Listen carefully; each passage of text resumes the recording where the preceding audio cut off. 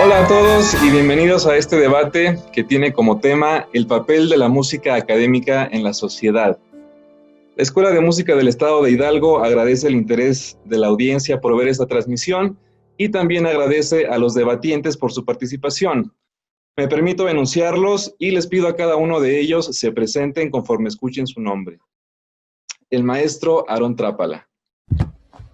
Hola, ¿qué tal? Yo soy Aarón Trápala, actualmente soy subdirector de servicios escolares en la Escuela de Música del Estado de Hidalgo, pertenezco al cuarteto de guitarras del Estado de Hidalgo y entre mi formación me gustan mucho las percusiones latinas y el folclore. Gracias por la invitación.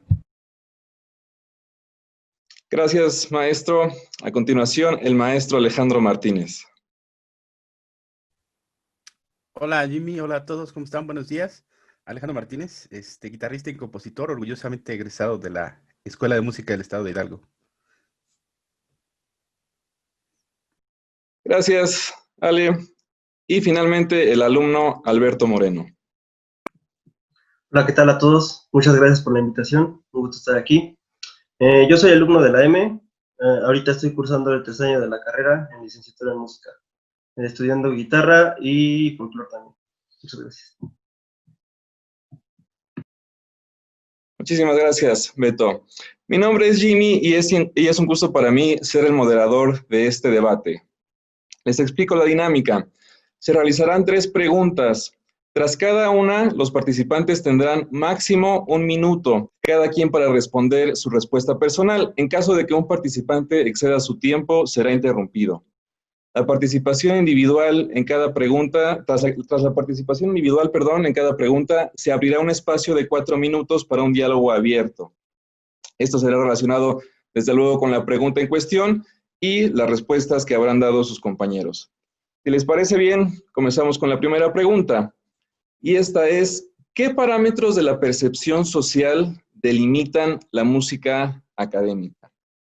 Vamos a dar la palabra al maestro Ale Martínez. Bien, hay que entender primero que la música no solamente es una forma de expresión, sino que cumple una función y ha cumplido a lo largo de la historia una función a lo largo de la historia de la humanidad. Estas funciones están delimitadas primero por una estética que tiene que ver con las condiciones sociales, políticas y económicas de la región, así como no hay una ética universal, digamos, para todas las sociedades a lo largo de la historia, tampoco lo ha sido hablando de una estética. Entonces, la función que cumple la música y la estética o vanguardia en las sociedades en las que estamos hablando, influyen trascendentalmente a la música que se compone en esos periodos. A continuación, escuchamos a Beto Moreno. Muchas gracias, Ale. Bien, yo creo que cuando la gente escucha música académica, se va desde otro punto de vista más social, obviamente, se va inmediatamente a que es difícil, a que es aburrida, que inclusive antes se tenía la mentalidad que la música estudiada, o en este caso académica, era para personas cultas, que solo pocas personas la pueden entender, o incluso, obviamente, escuchar, ¿no? Muchísimas gracias, Beto. Y finalmente, por favor, maestro Aarón.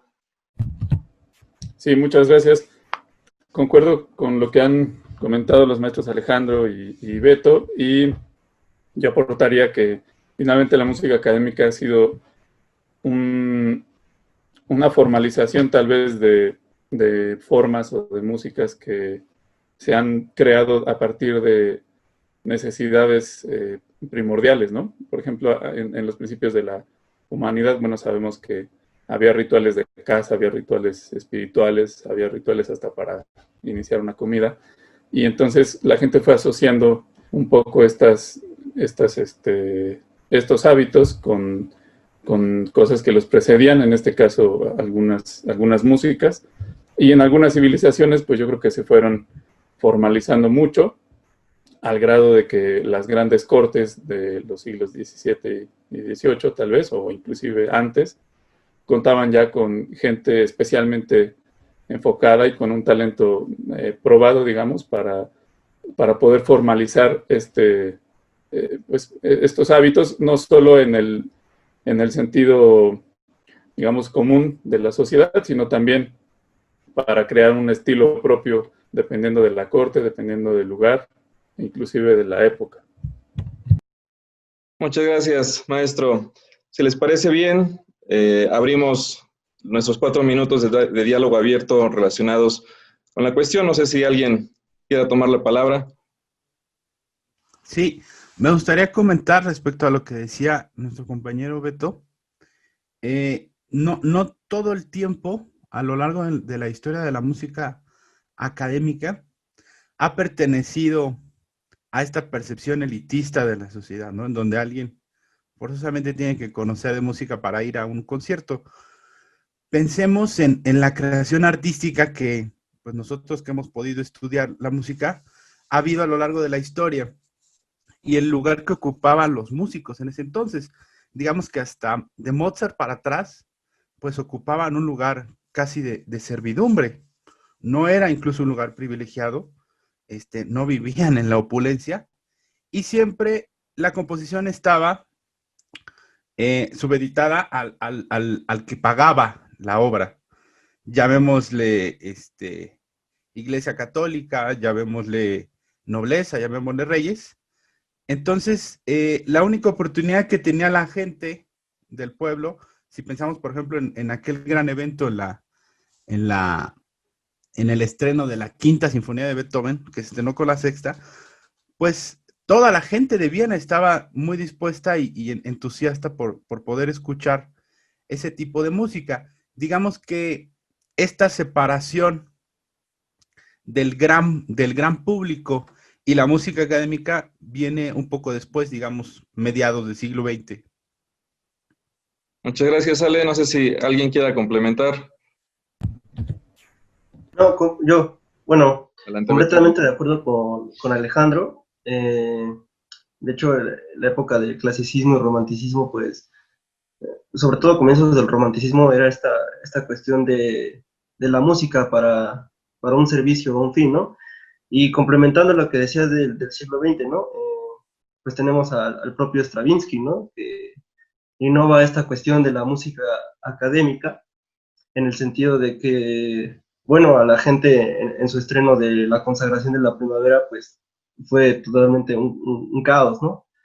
Entonces, pues sí ha ido cambiando la idea de la función de la música, ¿no? Y realmente qué es académico y qué es lo que puede servir para esta función. Muchísimas gracias, Beto. Maestro Aarón, no sé si gusta complementar con algo más. Sí, pues solo mencionar que la música puede tocar las fibras de quien sea, es decir, así está hecha para reyes, digamos decir, una persona del grueso de la población la puede percibir, incluso hasta disfrutar más, dependiendo de sus capacidades y sus aptitudes musicales. Obviamente, en aquella época la nobleza tenía cierta ventaja, digamos, porque tenía una formación tal vez más amplia y por lo tanto era a lo mejor capaz de percibir un poco mejor ciertos detalles. Sin embargo, bueno, una de las grandes virtudes que yo considero que tiene la música es que es universal en el sentido de que puede tocar pues muchos corazones, muchas almas, si lo podemos decir de esa forma. Pero bueno, indudablemente es muy interesante que en el paso de la historia ha crecido y ha también repercutido mucho con la evolución de la sociedad en sí misma. Y yo creo que va a ser interesante ir pues como descomponiendo y desmenuzando un poquito estos temas con las preguntas que sigan. Muchísimas gracias, maestro. Continuemos con nuestra siguiente pregunta, y esta es, ¿cuál es el papel del compositor frente a la demanda comercial de la música? Para esta segunda pregunta, comencemos por favor con Beto Moreno. Pues la demanda comercial siempre ha sido cuestión de adaptarse a lo que la gente escucha, ¿no? Regresando al tema de antes tenía más una función para la nobleza, etcétera. Pero ya hablando más actualmente, pues el mercado hasta cierto punto, si hablamos de géneros, se queda muy corto, ¿no? Entonces el papel del compositor es tratar de estar innovando, actualizándose en el estilo o crear un nuevo estilo, y no caer, yo creo, en el error de conservar o quedarse en un solo género o estilo. Muchísimas gracias, Beto. Escuchamos, por favor, al maestro Aarón. Muchas gracias. Pues complementando, creo que así, esa pregunta, no, como las anteriores, no es fácil de responder de una forma concreta, creo, pero yo pienso y últimamente he moldeado más esta reflexión acerca de que el compositor debe de entregarse a lo que tiene por lo que tiene un gusto legítimo. Hay muchos compositores que probablemente se formen en una academia cuya tendencia es la innovación, la vanguardia, pero posiblemente tiendan más a componer danzones, ¿no? Ahí tenemos casos muy específicos como Arturo Márquez, que es súper conocido y que yo creo que de los músicos académicos es de los que más tiene éxito en este momento y no precisamente por componer música con matemáticas.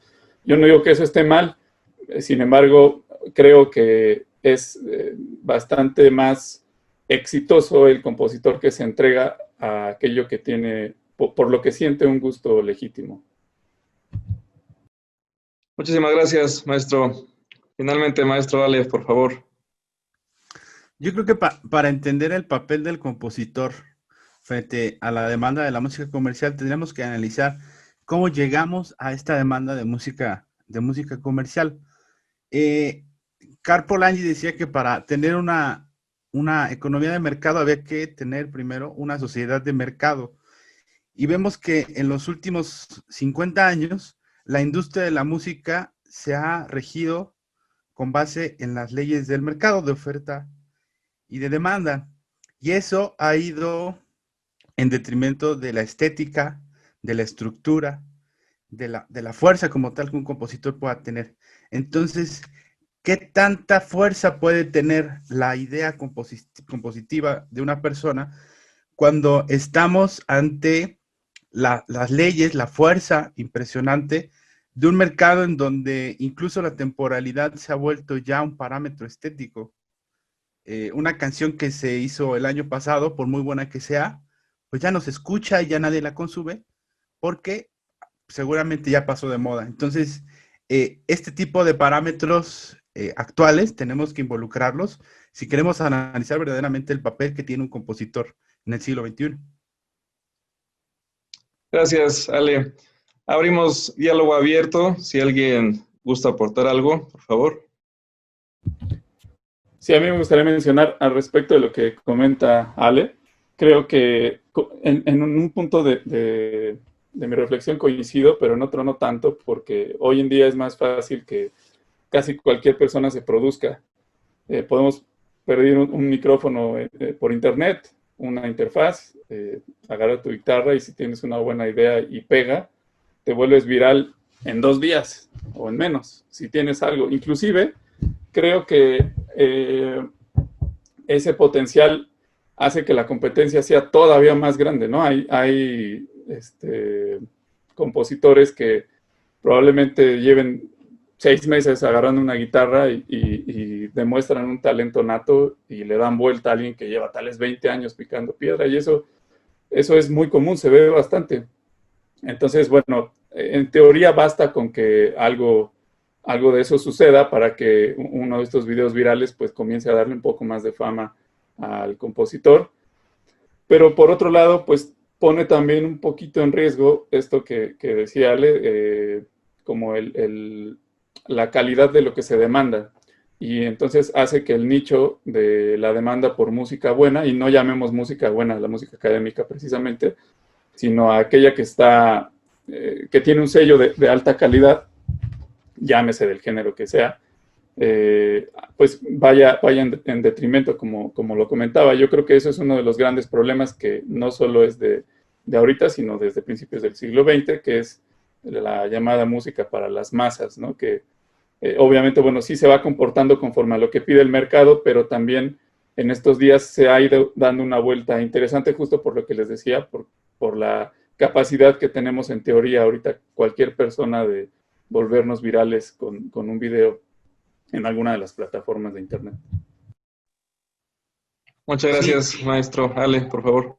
sí, coincido contigo en ese sentido, carnal. O sea, las oportunidades están para todos, pero pues yo no veo cómo una de las obras que se presente en el Manuel Enrique se vaya a hacer viral en lo que me quede de vida, poder apreciarlo de esa manera. Mi comentario iba respecto a que el mercado es tan voraz y necesita todo el tiempo de consumir, que incluso ya no le satisfacen los bienes de consumo, sino empezamos a crear necesidades. Y en esto de crear necesidades a nivel musical, es una estética lo más vacía posible, estructuralmente muy sencilla y musicalmente también.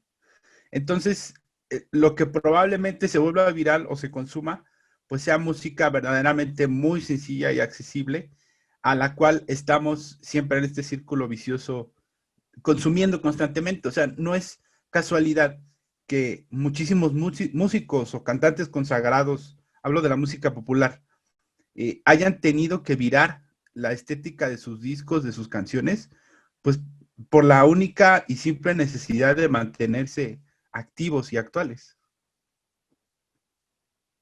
Muchas gracias. Ale, Beto, ¿quieres aportar algo más? Pues, bueno, sí, sí, coincido con las ideas de Alejandro y el maestro Aaron, pero bueno, igual, o sea, sí es la necesidad de adaptarse a un mercado, que obviamente un mercado más popular, pues genera más ingresos, pero igual se ha visto los casos de músicos académicos, el ejemplo de es que se me olvidó el nombre del violinista, pero por ejemplo, él se ha mantenido dando conciertos y a mi parecer es una forma de llevar la música académica a masas de gente, ¿no?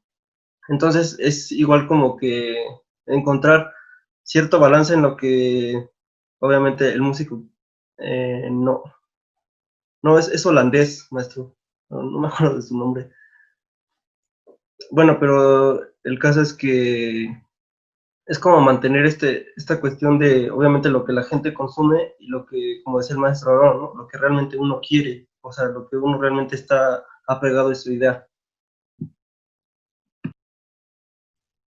Gracias, Beto. Pasemos a nuestra última pregunta, la cual es, ¿la música académica va dirigida a un grupo exclusivo de personas? Para responder en esta ocasión, por favor, escuchamos al maestro Aarón. Me dejaron la más picosa. Pero yo diría que sí. Y no es precisamente para la clase alta, sino para las personas que tienen la capacidad y la sensibilidad de escuchar y apreciar la música. Y aquí hay que ser cuidadosos porque sí se puede malentender que va dirigida nada más a las personas que tienen dinero para ir a pagar un concierto o que son fresas y por eso compran discos de Pavarotti. Yo creo que no, es más bien justo eso, quitarle etiquetas a la música y aprender a valorar lo que cada género tiene, como les decía, sentir un gusto legítimo. Personalmente a mí, por ejemplo, no me gusta el reggaetón, pero no es por ser elitista, simplemente no siento empatía por ese tipo de música, pero respeto mucho a quien sí la tiene y a quien incluso le da un fin social. Entonces sí, respondiendo a la pregunta, yo creo que sí, y enfáticamente va dirigida a quien es capaz de disfrutar y de entender un poco esa complejidad que muchas veces presenta la música académica. Muchas gracias, maestro. Por favor, Ale, te escuchamos.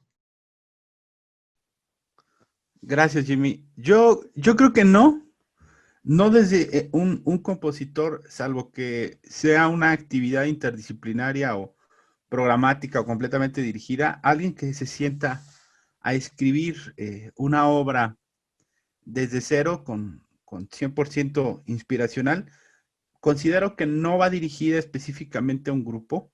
Creo que más bien a la primera persona que tiene que complacer y a la cual dirigir su esfuerzo por convencer es a uno mismo. Un compositor normalmente tendrá que satisfacer sus necesidades estéticas y comunicativas, y entonces la obra buscará por todos los rincones en dónde caber y en qué circunstancias y bajo qué consecuencias la gente podrá aceptarlas. Pero creo que en definitiva desde un inicio creo que el compositor no sesga ni estructuralmente, ni melódicamente, ni estéticamente su obra para que encaje en un círculo social, digamos. Muchas gracias, Ale. Finalmente, Beto, por favor, adelante. Gracias. Yo digo que no, tampoco, a la pregunta. Sobre todo ahora, igual, como ya mencionamos en todo este debate, pues la gente es moleable en ese sentido de que se abre, ¿no? A nuevos panoramas de lo que la gente escucha. Entonces, hay música académica ahorita que quizá no tiene un fin tan culto, pero que ahora la mayoría de la gente escucha. Igual el ejemplo es Yanni, ¿no? Eh, él hace música académica y hay mucha gente que lo escucha. Entonces yo diría que no. Muchas gracias, Beto. Abrimos diálogo abierto con respecto a esta pregunta. No sé si alguien de ustedes gusta aportar algo. Pues creo que en principio es difícil definir qué es música académica. Obviamente se entiende la que sale de una academia o de un académico. Yo puedo diferir a lo mejor en que ya ni es música académica, pero habrá sus razones para que sí lo es. Sin embargo, esa discusión no sé qué tan útil sea, pero bueno, existe un poco esa discrepancia, puede ser. Y regresando al punto anterior, yo diría que definitivamente el compositor sí narra y escribe desde su experiencia y desde su perspectiva personal, eso es clarísimo, ¿no? Cada uno de nosotros se inspira y sigue las técnicas que mejor nos acomodan para expresar algo. Sin embargo, bueno, la música tiene la gran virtud de ser una gran comunicadora.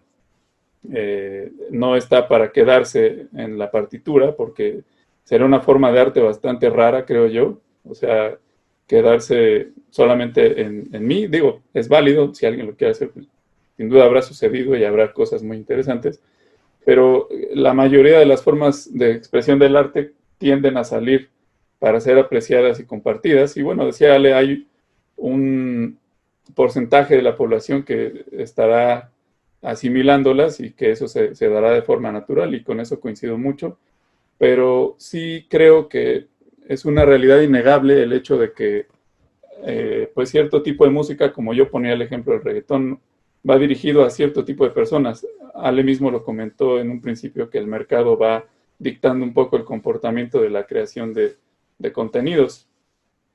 Por ejemplo, quienes hacen reggaetón, estoy 80% seguro que saben quién va a consumir su música, ¿no?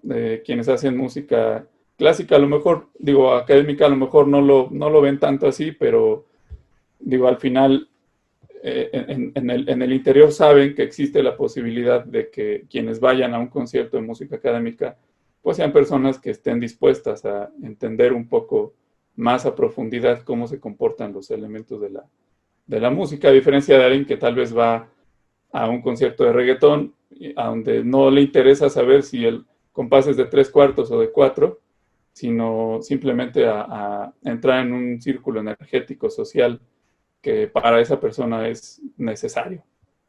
Esa sería mi opinión. Gracias, maestro.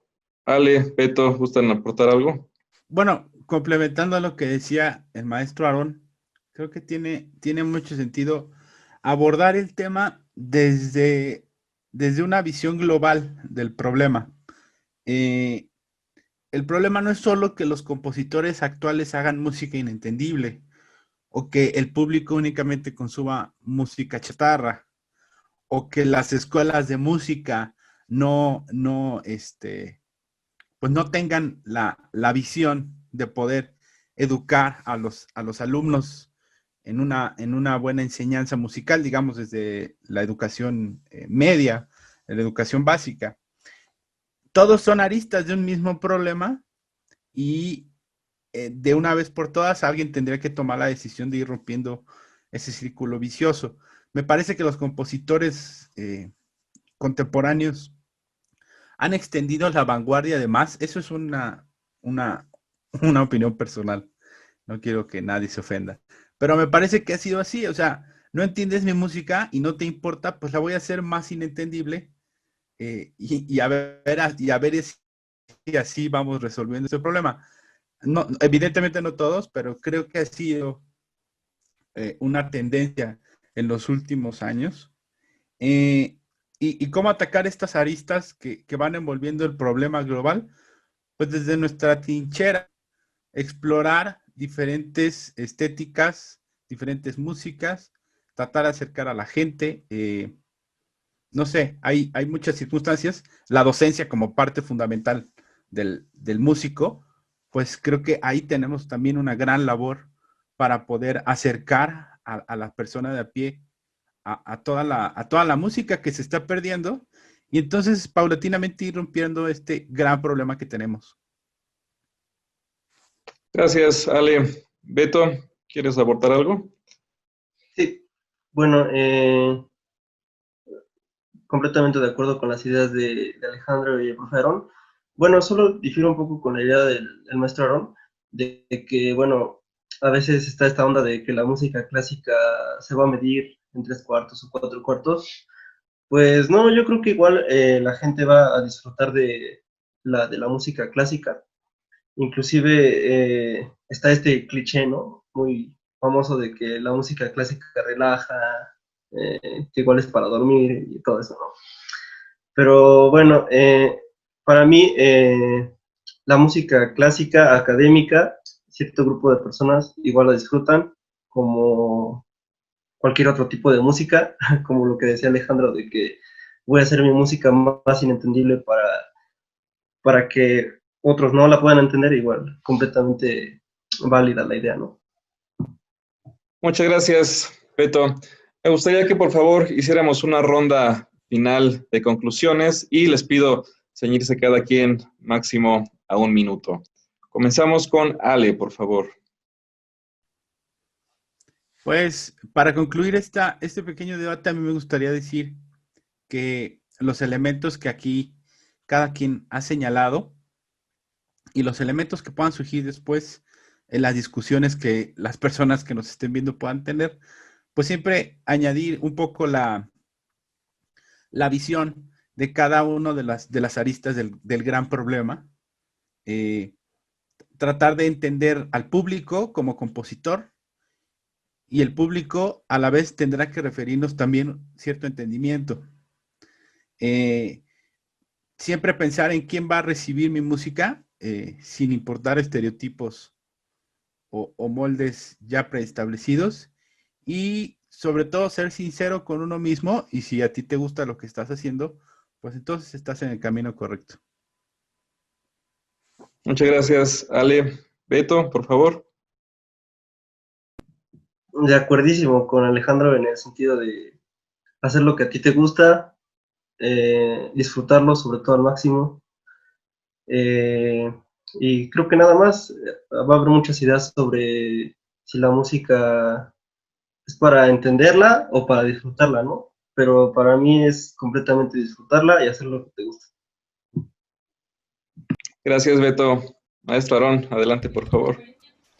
Gracias, sí, coincido con eso. Y lo dije desde un principio, el gusto legítimo, creo que tanto para el compositor como para el oyente, pues es eso, es legítimo, ¿no? Y nadie tiene por qué quitárselo. Y bueno, creo que aquí se enfatizó en un problema que es si se consume música chatarra, si se crea música muy compleja que no es posible disfrutar y si las escuelas enseñan o no bien la música. Eso creo que no se debe generalizar tanto en realidad porque se hacen cosas de muy alto valor, digo no porque trabaje en una escuela, pero al final del día cada quien hace lo que puede con lo que tiene y lo que cree que es mejor, y a lo mejor el error sería quedarse ahí, ¿no? A lo mejor lo importante sería intentar crecer, no para ser mejor que otros, como comúnmente se dice, sino para ampliar un poco el panorama general de lo que se quiere hacer y sobre todo con los pies en la tierra de lo que localmente está sucediendo para tratar de ser conscientes de que la música finalmente sí influye en la sociedad, del tipo que sea, y intentar ser responsables como creadores de lo que estamos vertiendo a la sociedad. Obviamente desde la perspectiva del gusto propio, pero también pues intentando aportar cosas que sean de una calidad buena. Muchísimas gracias, maestro. Pues nuevamente agradecemos su atención e igualmente la participación de los debatientes y desde luego también a la profesora Eunice Secundino por la coordinación de este debate. Hasta la próxima.